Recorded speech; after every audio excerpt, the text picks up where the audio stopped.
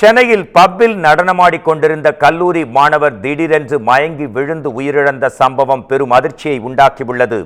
சிவகங்கை மாவட்டம் காரைக்குடியைச் சேர்ந்த முகமது சொஹைல் என்பவர் சென்னை ராமாபுரத்தில் உள்ள தனியார் கல்லூரியில் MBA முதலாம் ஆண்டு படித்து வந்தார். இந்நிலையில் அவர் நேற்று நண்பர்களுடன் நுங்கம்பாக்கத்தில் உள்ள பப்பிற்கு சென்றிருக்கிறார். அப்போது அங்கு உணவருந்துவிட்டு நடனமாடிய முகமது சொஹைல் திடீரென்று மயங்கி விழுந்தார்.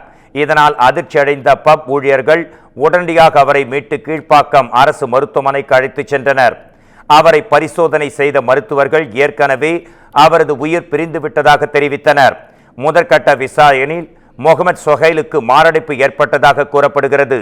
தொடர்ந்து விசாரணை நடைபெற்று வரும் நிலையில் உணவு கோளாறு காரணமாக மரணம் ஏற்பட்டதா அல்லது மாரடைப்பா என்பது தெரிய வரும் என போலீசார் தரப்பில் தெரிவிக்கப்பட்டுள்ளது.